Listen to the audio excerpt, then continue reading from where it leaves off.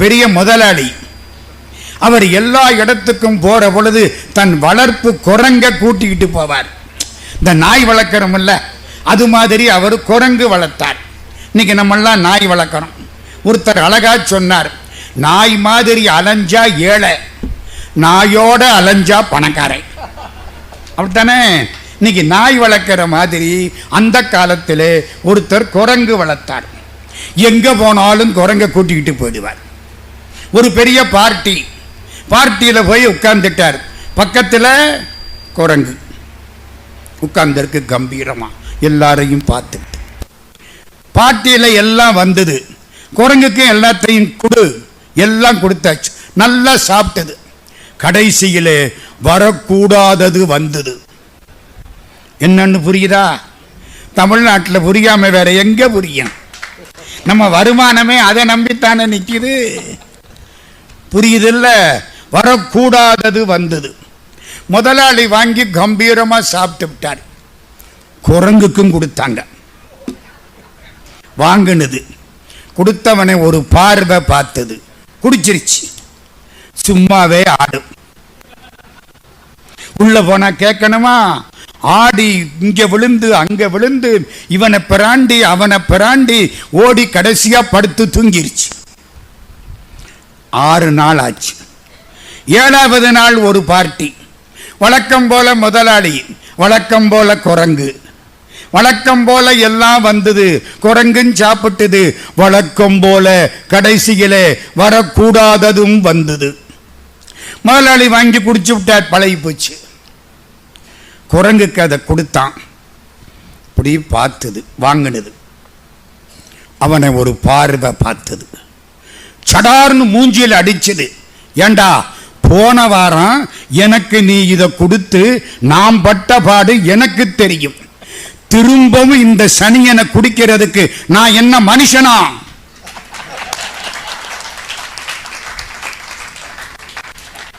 இப்ப சொல்லுங்க, குரங்கு நம்மளை விட நல்ல குரங்கா கெட்ட குரங்கா? சாமி சரிதானே? நம்ம குடிக்கிறோமே, கேடுன்னு தெரிஞ்சாலும் முடியலையே.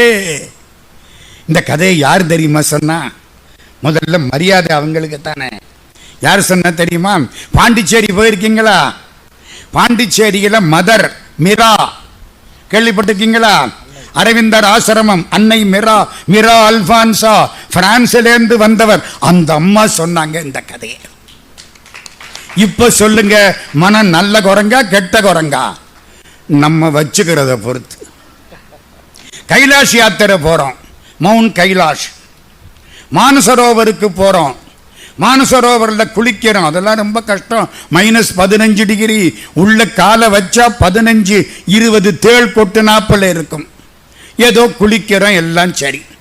மலை ஏறுறோம், மானசரோவர் தாண்டி. மலை ஏறுனா மேலே டோல்மோ பாஸ்ன்னு ஒரு இடம் கேள்விப்பட்டிருக்கீங்களா? டோல்மோ பாஸ் கிட்டத்தட்ட 18,000 அடி உயரம். டோல்மோ பாஸில் போய் நிற்கிறோம். நான் யாருங்கிறது மறந்து போச்சு, தெரியல, தன்னனப்பில்ல. என்னை மறந்திருந்தேன், இறந்தே விட்டது இவ்வுடம்பே. கந்தர் அலங்காரம். உடம்பு மறைஞ்சு போச்சு, மனசு மறைஞ்சு போச்சு. நான் யாருன்னு தெரியல, எங்கே இருந்து வந்தேன்னு தெரியல, ஒன்னும் புரியல. ஆனா சந்தோஷமா இருக்கு. மனசு இறந்தாத்தான் சந்தோஷம். இந்த மனசு இருக்கிற வரைக்கும் கண்டதை நினைச்சுக்கிட்டே இருக்கும். ராத்திரி தூங்க போற பொழுது என்னத்தையாவது நினைச்சோம்னா தூக்கம் வருமா? செருப்பை கலட்டி வெளியில போட்டுட்டு போற மாதிரி நினைப்ப கலட்டி வெளியில போட்டாத்தான் தூக்கம் ஒழுங்கா வரும், இல்லைன்னா வராது.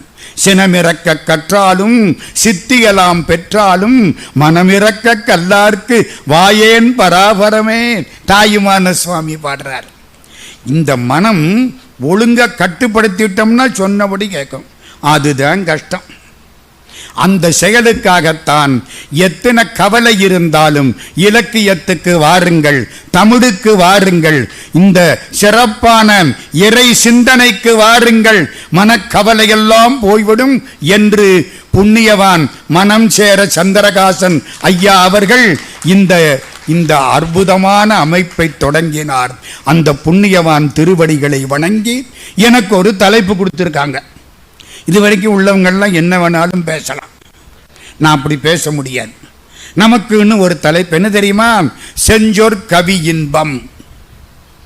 செஞ்சொல் கவி இன்பம்.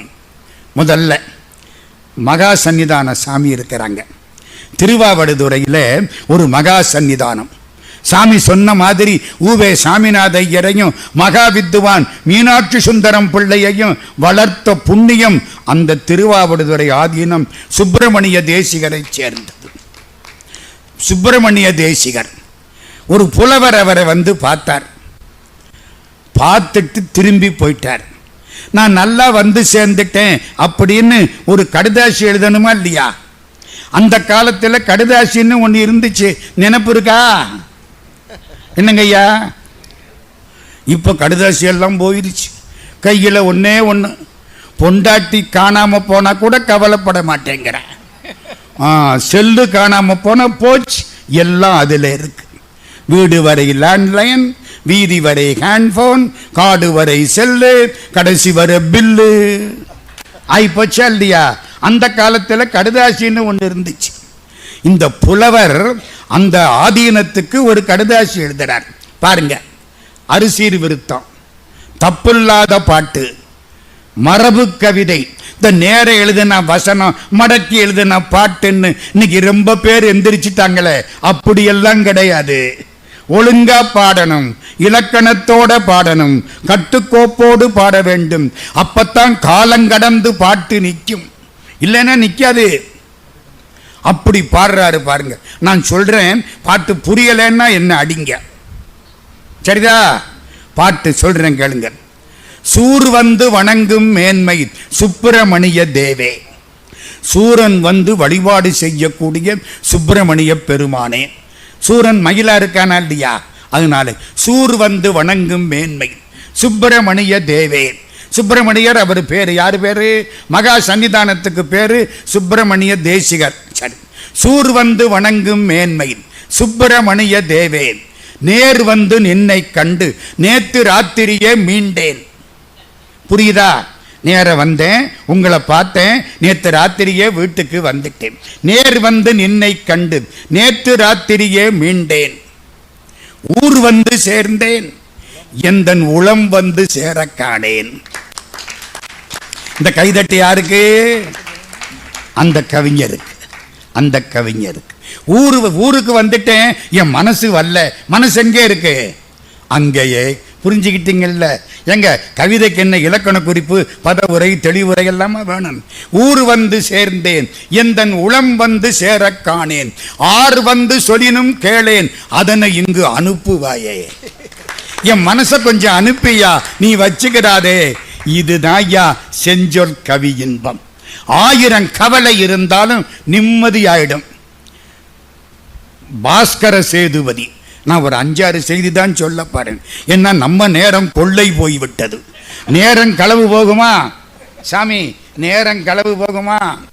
அப்பர் சாமி பாடுறாரு, வளர்மதி கண்ணியினானை வார்குழலால் ஒடும்பாடி களவு படாததோர் காலம். காலம் களவு போப்படாதான். நமக்கு எவ்வளவு காலம் களவு போகுது?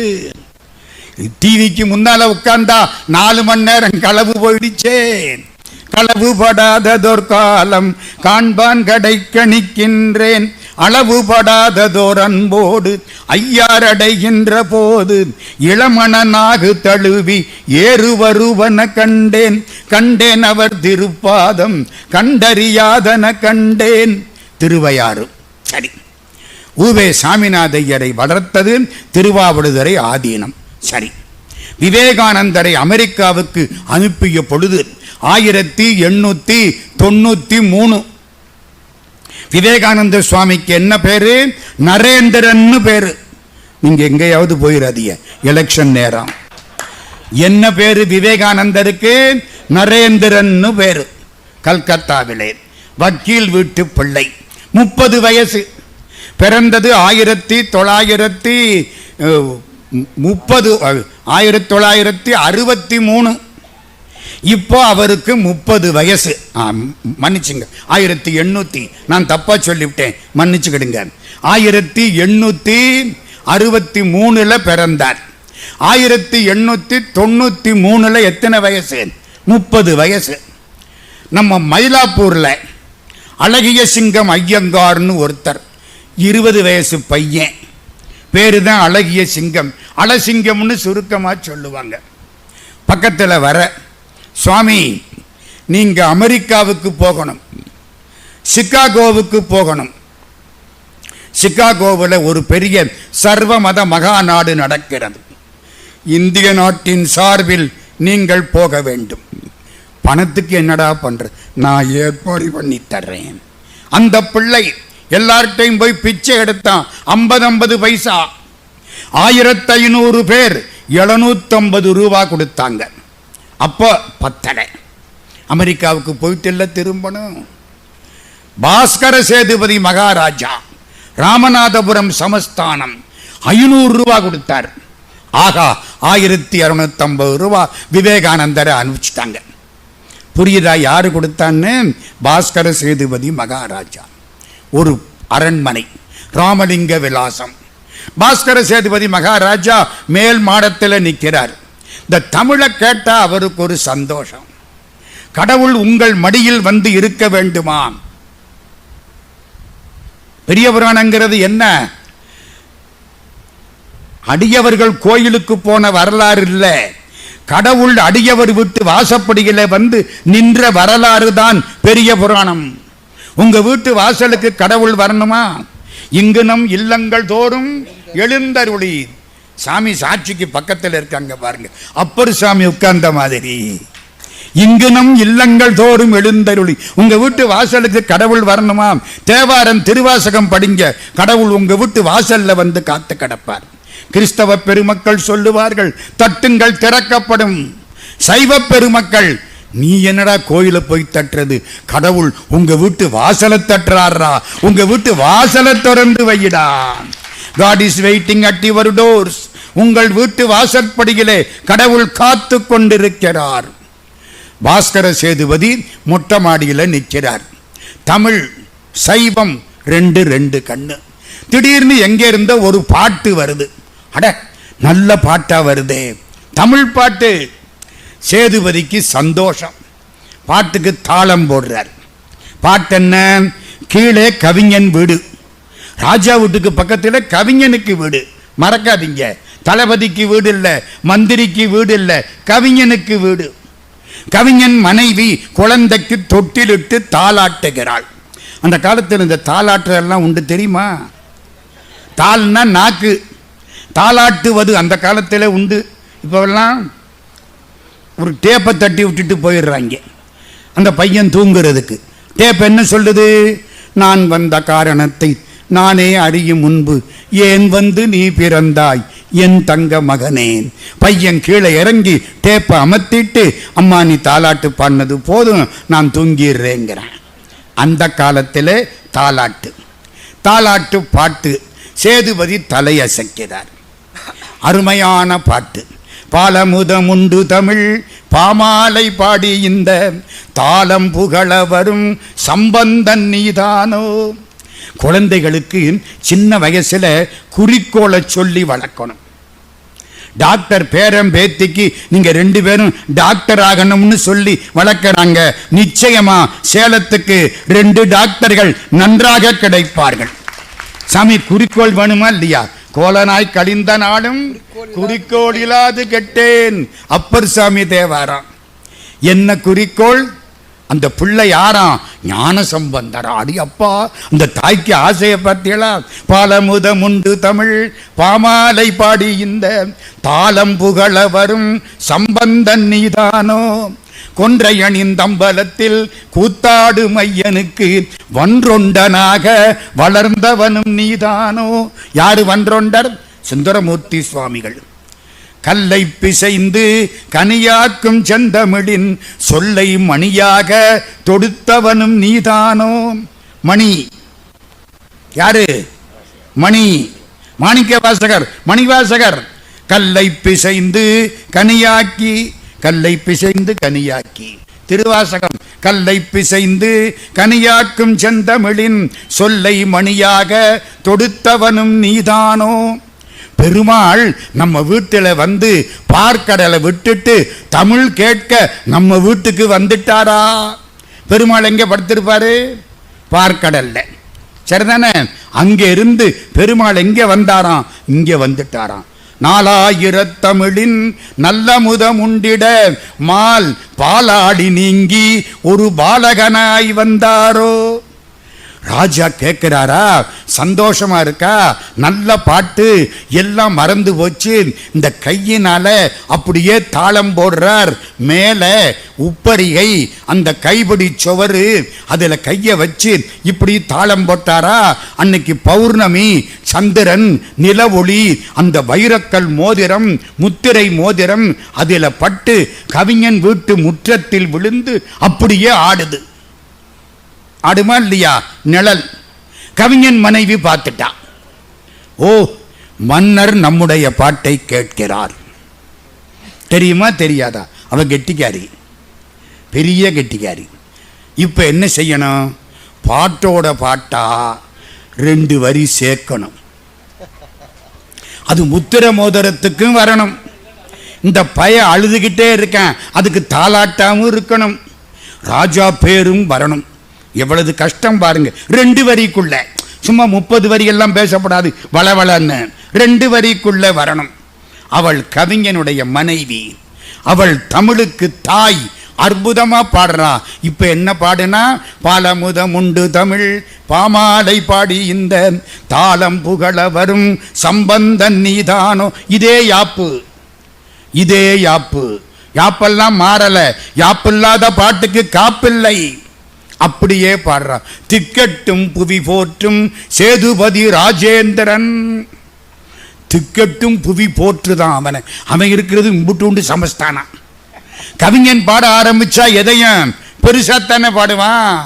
திக்கட்டும் புவி போற்றும் சேதுபதி ராஜேந்திரன். இது வரைக்கும் தாளம் போட்டவன் நிறுத்திவிட்டான். ஐயோ, நம்மளை இல்ல பாடுறா. புரியுமா புரியாதா?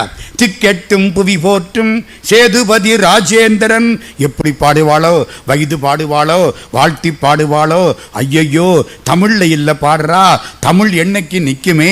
சூரிய சந்திரன் உள்ள காலம் வரை தமிழ் நிக்குமே. இவ பாடுற பாட்டில என் பெயர் நிக்குமே. அது என்ன ஆக போகுதோ? இவ என்ன வைவாளா, வாழ்த்துவாளா? தவிக்கிறான். அடுத்த வார்த்தை சொல்றா. திக்கெட்டும் புவி போற்றும் சேதுபதி ராஜேந்திரன் கற்கட்டு மோதிரத்தை கண்டாசைப்பட்டாயோ. அவன் கையில போட்டிருக்கிற மோதிரத்தை பார்த்து ஆசைப்பட்டாயோ. அவனுக்கு சந்தோஷம். ஆகா, 2024 சேலத்திலே சண்முகா மருத்துவமனையிலே நடக்கக்கூடிய விழாவிலே இந்த சேதுபதியின் பெயர் நிற்கும். அதற்கு இந்த தாய் ஒரு பாடல் பாடிவிட்டாள். திக்கெட்டும் புவி போற்றும் சேதுபதி ராஜேந்திரன் கற்கட்டு மோதிரத்தை கண்டாசைப்பட்டாயோ. நான் அதுக்காக அவனை பாராட்டலை. அவன் என்ன தெரியுமா பண்ணனா? மந்திரியை கூப்பிட்டான். ஒரு ஆண் குழந்தைக்கு வைக்க வேண்டிய ஆடையெல்லாம் வச்சாச்சு. மோதிரத்தை கலட்டணும், வச்சுட்டான். மந்திரி என்ன சொல்றாரு? இது முத்திர மோதிரம் பரம்பரை. என்னைக்குமே சாமி வரம் கொடுக்கும், பூசாரி தான் தடுப்பாரு. புரியுதா? யாரு விட்டாலும் மந்திரி விட மாட்டாரு. அன்னைக்கும் அப்படித்தான், இன்னைக்கும் அப்படித்தான். தடுக்கிறாரு. முத்திர மோதிரமா? போய்யா, என் பேரு போயிடும், என் அரண்மனை போயிடும். ஆனால் தமிழ் வாழும் காலம் வரை இந்த பாட்டினாலே என் பெயர் வாழும். முத்திர மோதிரத்தை வை. அதுக்காக அவனை நான் பாராட்டல. ஒரு வார்த்தை சொன்னான். கவிஞன் மனைவியின் 2 அடி பாடலுக்கு என்னுடைய பரிசு இல்லை. கவிஞன் மனைவியின் 2 அடி பாடலுக்கு என்னுடைய அன்பளிப்பு இல்லை. அப்படியெல்லாம் சொன்ன அவனை இங்க பேச மாட்டேன். கவிஞன் மனைவியின் 2 அடி பாடலுக்கு என்னுடைய காணிக்கை. காணிக்கைன்னு எங்க சாமி சொல்றான்? கடவுளுக்கு. தமிழ் கடவுள் தமிழ் வாழும் காலம் வரை என் பெயர் வாழும். இதுதான் சார் செஞ்சோர் கவி இன்பம். நான் ஒரு 4-5 நிகழ்ச்சி தான் பெருசா பேச நினைச்சேன், அதுக்கெல்லாம் நேரம் கிடையாது. நம்மெல்லாம் 3 மணி நேரம் பேசுற கட்டேன். விவேகானந்த சாமி கதையை முடிச்சிருவோமா? சாமி அங்க பிடிக்கிறாரு, அதை மறந்துட்டு ஏன் நான் அது போதும்னு நினைச்சேன். விவேகானந்தர் அமெரிக்காவுக்கு போயிட்டாரு. அங்க போனா எப்ப போனார் தெரியுமா? ஏப்ரல் மாசம் போயிட்டாரு. ஏப்ரல் மாசம் போனா சிகாகோவில் மகாநாடு ஒத்தி வைக்கப்பட்டு விட்டது. 6 மாசம் சாப்பாட்டுக்கு வழி இல்லை. சன்னியாசி ஒன்றும் கிடையாது, உடுத்திருக்க தவிர வேற கிடையாது. ஒரு வீட்டு வாசப்படி போய் உட்கார்ந்து இருக்கார், ரொம்ப கவலையா. கடவுள் பார்த்துக்குவார், பரிவராஜக சந்நியாசம், கடவுள் பார்த்துக்குவார். அந்த வீட்டு கதவு திறக்கப்பட்டது. ஒரு பெண் வெளியில வந்தாள். சுவாமி நீங்க யார்? அந்த வீட்டில் இப்படியெல்லாம் வாசப்படில் உட்கார்ற பழக்கம் இல்லை. யாரா? யாரோ புதாளு. சாமி சொன்னார் கதையை. அப்படியா? சாமியை ஒரு பார்வை பார்த்தா முகம் பிரகாசமா இருக்கு, பளிச்சுன்னு இருக்கு. சாமி உள்ள வாங்க, உட்கார வச்சாச்சு. பக்கத்து வீடு, அடுத்த வீடு. சாமி ஆங்கிலத்தில் சக்க போடு போடுறாரு. வெள்ளக்காரன் கூட அப்படி பேச மாட்டேன், அந்த மாதிரி ஆங்கிலம் மனதிறந்த வெள்ளமாக இருந்தது. எல்லாம் ஆச்சரியப்படுறாங்க. இந்தியாவிலிருந்து வந்த சன்னியாசி, 30 வயசு, கம்பீரமா இருக்கார், இந்த போடு போடுறார். சாமி 6 மாசம் இங்கே தானே இருங்க, எங்களுக்கு ஞானம் கொடுங்க. யார? 30 வயசு சன்னியாசி நரேந்திரன். 6 மாசம் ஆச்சு. சிகாகோ என்னைக்கு? செப்டம்பர் மாசம் 11ஆம் தேதி. அது என்னமோ இந்த அமெரிக்காக்காரனுக்கும் செப்டம்பர் 11க்கும் அப்படி ஒரு ராசி. நான் என்ன பண்றது? அன்னைக்கு செப்டம்பர் 11, 1893 செப்டம்பர் 11. சாமியை பேச கூப்பிடுறாங்க. காலையில் நான் அப்புறம் பேசுறேன், பயமா இருக்கு. 12 மணி அப்புறம் பேசுறேன். மத்தியானம் 2 மணி பேசணும். எந்திரிக்கிறாரு, கை காலெல்லாம் ஆடுது. 7000 பேர் உட்கார்ந்து இருக்கிறாங்க. அவ்வளவு பேரும் பெரிய அறிஞர்கள், கிறிஸ்தவர்கள், இஸ்லாமியர்கள், ஜுராஸ்டிரர்கள் எல்லாம் உட்கார்ந்து இருக்கிறாங்க. பௌத்தர்கள், சமணர்கள், ஹிந்து. சாமி ஒரு ஆளுத்தான் அப்படி பார்க்கிறார், ஒரு மாதிரியா இருக்கு. எதிர்த்தாப்புல பகவான் ராமகிருஷ்ணர் காட்சி அளிக்கிறார். கவலைப்படாதேன், போ, நான் மூலமூர்த்தி, நீ உற்சவ மூர்த்தி, போ. மூலமூர்த்தி அசையப்படாது, உற்சவ மூர்த்தி அசையாம இருக்கப்படாது. உலகெங்கும் இந்து மதத்தின் பெருமையை நிலைநாட்ட அவதாரம் எடுத்தவன் நீ அர்த்தம். எந்திரிச்சாரா? யான பலம் வந்துருச்சு. அப்படியே நிமிர்ந்தார். எத்தனை ஆயிரம் பேர் உட்கார்ந்து இருக்கிறாங்க? 7000 பேர். ஒரு பார்வை பார்த்தார், 7 வார்த்தை சொன்னார். 7000 பேரும் எந்திரிச்சு நின்று கையை தட்டினான். வெறும் 7 வார்த்தை. என்ன? My dear sisters and brothers of America, என் அன்புக்குரிய அமெரிக்க சகோதரிகளே, சகோதரர்களே. ஏன் சார் தட்டுனா? அன்னி பெசன்ட் அம்மையார், ஹோம் ரூல் மூவ்மெண்ட். அம்மா சொல்றாங்க, இதுவரைக்கும் பேசின அத்தனை பேரும் சீமான்களே, சீமாட்டிகளே, லேடிஸ் அண்ட் ஜென்டில்மென், அப்படித்தான் பேசுறாங்க. இந்த 30 வயசு சன்னியாசி இந்து மதத்தின் சார்பா வந்தவர் நம்மளை எல்லாம் அக்கா தங்கச்சி ஆக்கி, அண்ணன் தம்பி ஆக்கி, சகோதரர்களே சகோதரிகளேங்கிறார்.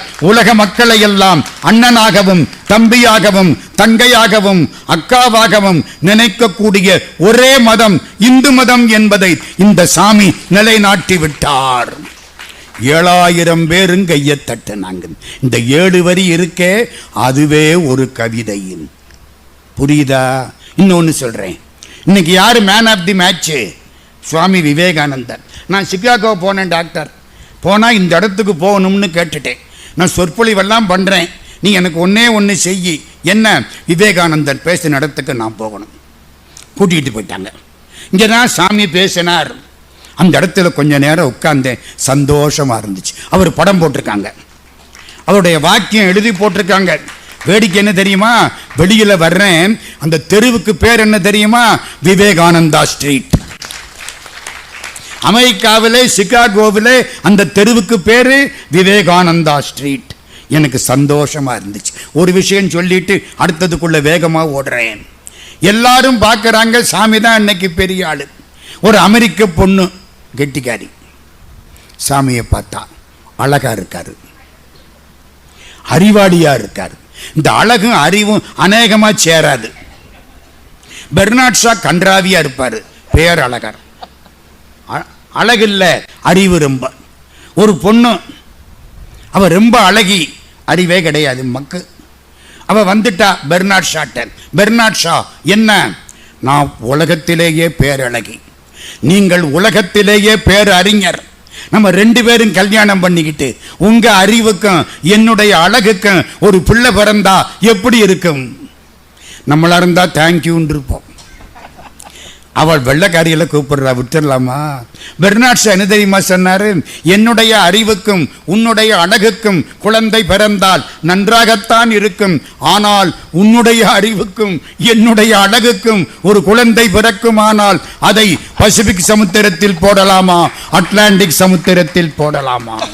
அப்படியும் பிறக்கலாம் இல்ல. இருங்க, இப்போ இந்த அமெரிக்க பொண்ணு யாரை பார்த்தா? சுவாமிஜியை பார்த்துட்டா. கிட்டக்க வர்றா.